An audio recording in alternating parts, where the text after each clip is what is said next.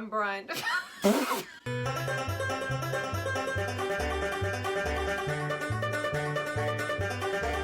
All right, so here is a little taste of the purlins. Those are just laid in place right now.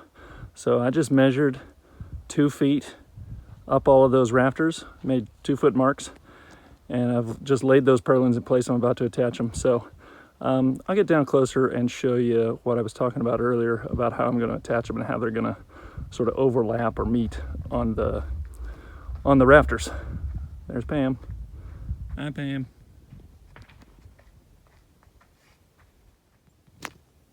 Okay guys, here I'll try and give you a close-up of the purlin installation. So here I am kind of over the whole structure here. You can see a bunch of purlins, right? So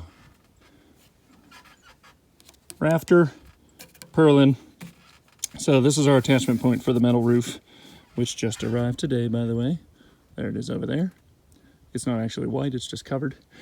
So the idea is, if you were putting sheathing on here or something, right, like I did on the shed, if I were putting sheets of plywood on here, you would want those sheets of plywood to meet on top of one of these rafters, right, kind of in the middle.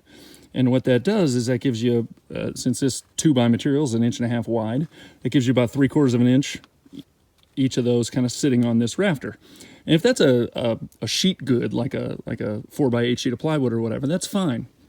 But where these purlins, which are only 1x3s, so they're actually about 2.5 inches wide this way, I didn't want them to meet on top of the rafter and only get 3/4 of an inch and have to try and drive screws maybe at an angle or something to get them to hold, and who knows how strong that would be, and maybe the end of that purlin would split, right? So that was bothering me. So you can see what I did. I tried to explain it earlier, but here's a close-up of it. Basically, I let each purlin get the full width of the rafter so that I could attach to it, and the next purlin has the full width, and basically I just staggered them as I went. So there's the end. So I come this way and I stagger by one, and I do that purlin, and then when I get to the next one, I stagger it back and go again. And the idea is they get the full rafter to attach to and sit on, and the screws don't have to be quite as close to the end of the purlin. So that's the idea. So that's what I've done kind of all along here, right? So the only place I'm not going to do that is down here at the very front edge. Let's call this either the entrance or the exit to the carport. The front edge or the back edge, because the panels are going to lay this way, right? They're about 3 feet wide, and they'll lay this way the whole length, one panel, 28 feet.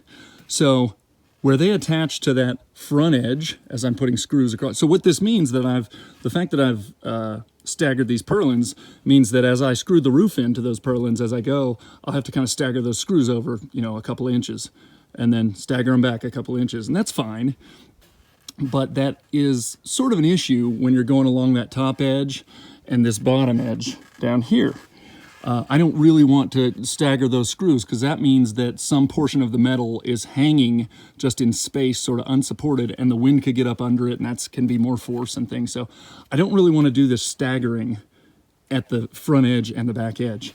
So I am going to actually have the purlins meet on the rafters. Now, keep in mind that only happens once every few rafters, right? Most of these, it's just going right over the rafter, and that's fine. It's only where they meet, which is only every 3 or 4 rafters, right?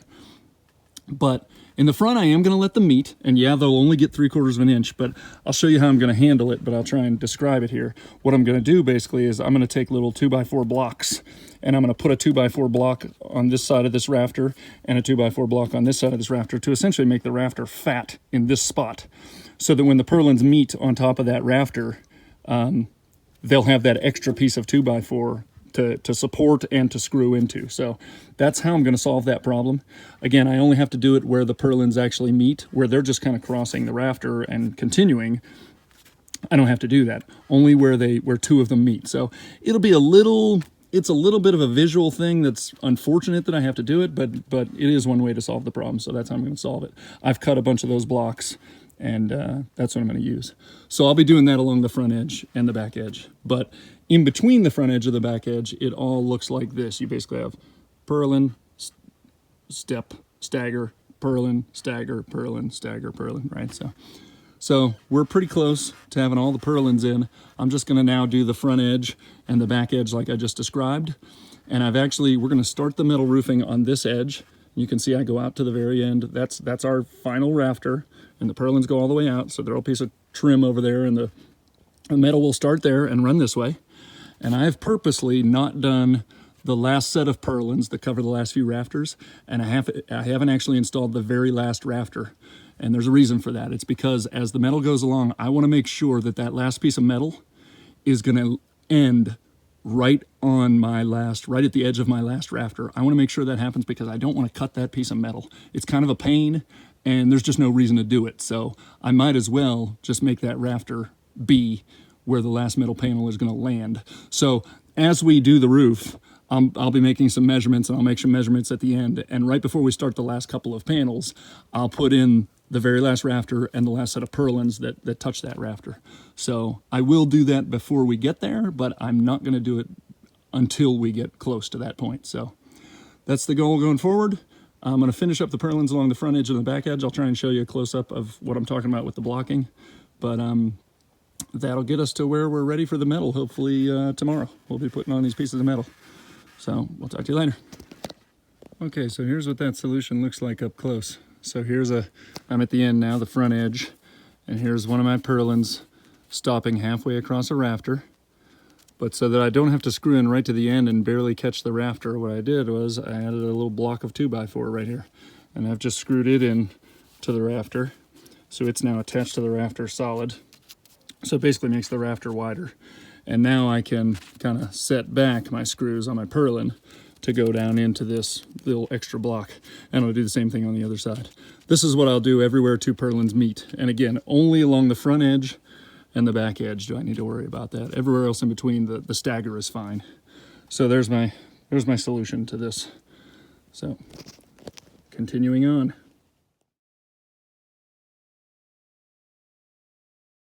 All right. This makes less sense. All right, now. we got the idiot team back together.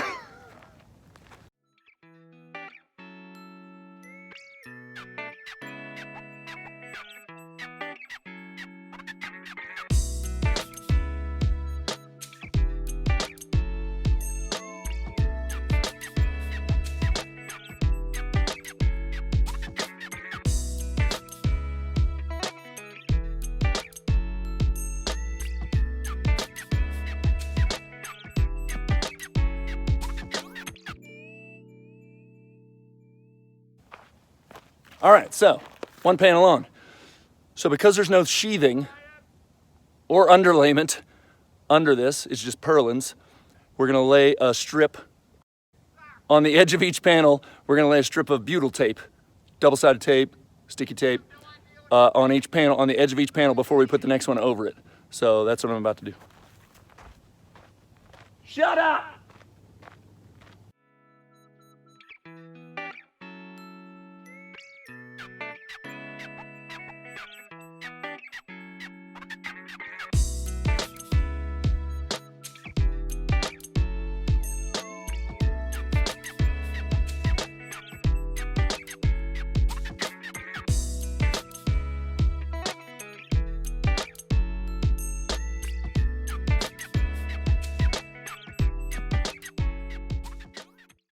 All right, guys, so here we are after one day of roof installation. Unfortunately, I left that last rafter off on purpose and that last set of purlins off so that I could know as I got closer with the roof, I want the last piece of metal to end, dead on that last rafter, so I don't have to worry about cutting it or anything. There will be a trim piece over it, so it can be off by just the tiniest bit, but not much, or else it'll get in the way and it'll have to be cut, and I don't want to have to cut it. So because of that, we had to stop yesterday, kind of one set of purlins short. So I've installed those purlins today. We installed the last rafter yesterday, installed the purlins today, and I've got 8 panels up and 3 to go. The 3 are sitting over there, and some trim pieces around the sides and the back. Not too big of a deal, easy to reach because they're just at the edges. So try and get 3 more panels up there. But there we go. The truck is sort of half in. We used the truck kind of like a scaffolding or a ladder yesterday, so we were in and out a bunch. So the truck definitely fits everywhere, so that's good. If the truck fits, anything else we want to fit in there will fit, but we're close, and let's finish her up.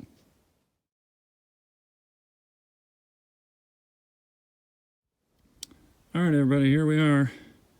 We've got 10 out of 11 panels attached and in place. We're down to the last one, so we can go right here. Did the first 8 with the help of Jared and Sam. Thanks, guys. Pam and I have put 2 of these up here today on our own. It's real pretty. You'll see the last one in a second. I'm gonna tape us putting this last one up here, and this last one might be a little different because I won't be able to climb up the same. So we'll see how that goes. But we're gonna walk it up on here. I don't know if I talked about this yet, but there is a little layer of butyl tape between each, from panel to panel on each edge where they overlap. There's a little bit of butyl tape there, so I've put that down in preparation. So we're gonna walk this panel up on here, get it right up against this one, kind of place it where we want it to be, hanging off the end, and then we'll lift it up onto this one. And to do that, I have to get up on top and kind of get in the middle, because these panels are so long, you can't just take that end and this end and pick it up and move it over because it sags too much in the middle. So you actually have to be up kind of in the middle to kind of pull it over this rib to overlap.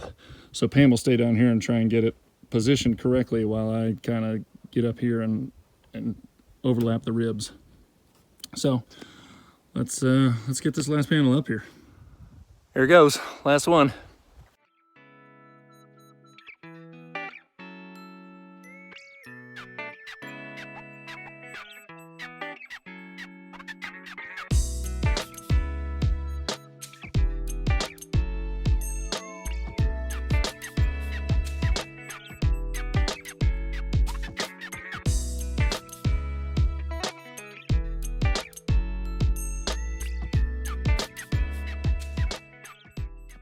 All right. What would that take? Oh yeah, the whole roof's in there. 20 minutes? Almost 30. All right, I'm gonna screw the rest of these in and then it's just trim. We'll probably do that tomorrow. You can see the sun's kind of going down here. So we'll do some trim tomorrow and we should be good to go. Catch you later.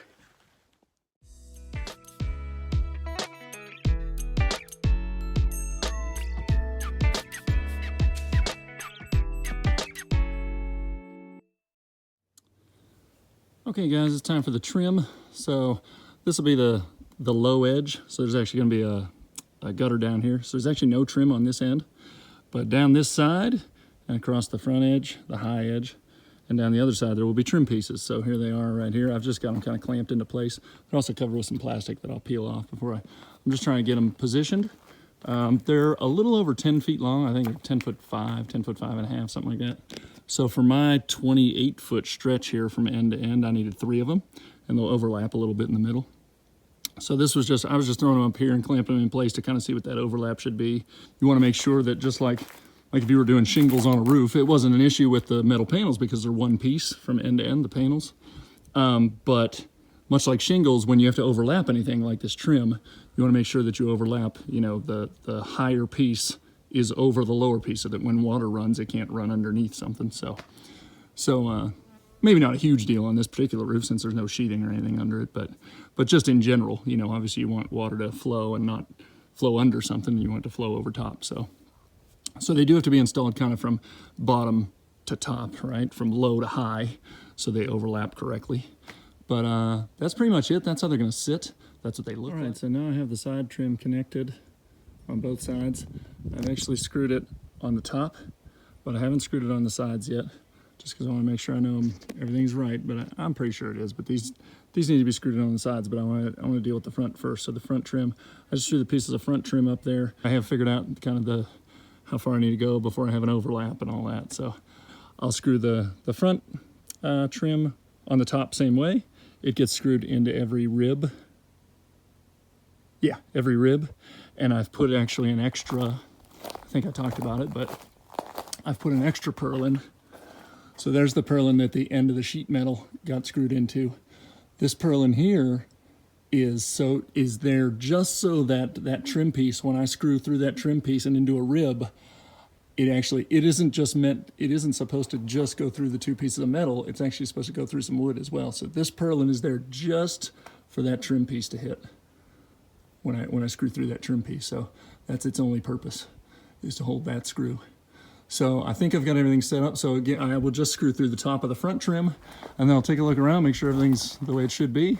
And then I'll screw it in down along the sides, Along the sides, I guess I can go kind of whatever interval I want. I'll probably start off with 2 feet, just like it is over the top. And if I feel like it needs a little more, or maybe especially where it overlaps, if I need an extra one, maybe I'll throw an extra screw or two. But and then along the front, I'll just be screwing into the rafters, because that's really the only spot I have. So I don't have another choice, since I don't really have a fascia board on here. I chose not to put a fascia board on, so I'm only screwing into the rafters. So I'll be screwing every 2 feet, but that should be enough. So here we go.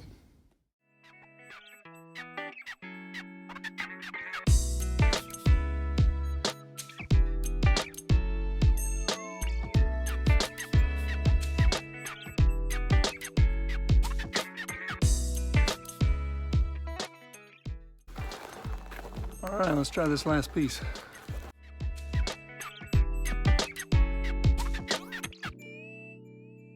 Okay, now all the trim pieces down the side, across the front, and down the other side, they're attached on top.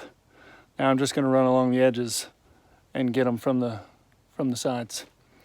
And I may have missed a screw or two in the very corners. I might have left the corners because I didn't want things to pinch up. So I'm going to go down the edges, along all the edges, down this side, across the front, and down the other side on the outsides, and that should do it.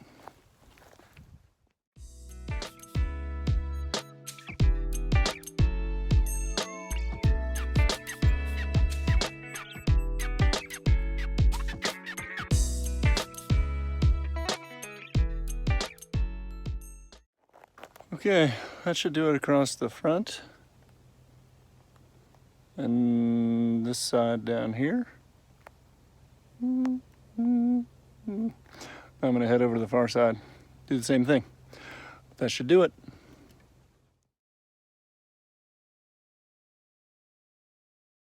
All right, here we are with everything done, trim and everything. There's trim down the sides and the front, nothing on the back. There'll be a gutter on the back. Obviously the gutter will come in the future when we have a rainwater collection tank or tanks. The only thing left really, I think, to complete this project is to develop a driveway in and out. There's kind of this natural loop on our land here that there's a little drive around this area here and comes around kind of the back, and you can drive in that way or out that way. But the idea is, I think, with the house being right over here in the future, that loop, that natural loop, will be fine to come around the back of the house, drive out, or drive in and come around the back of the house and leave out our driveway. So yeah, to finish this up, get a little drive going, and ultimately a gutter on the back and into a collection tank. But we've got that same issue with the shed. The shed will have a gutter that will connect to the same tank or tanks, and then the house as well. So one of our next decisions is where and what kind of tanks to use to collect our rainwater. So we'll be thinking about that next. But I'm gonna do a little cleanup to try and kind of get our drive area sort of defined, and we'll cover it with mulch when we get the opportunity. Talk to you later.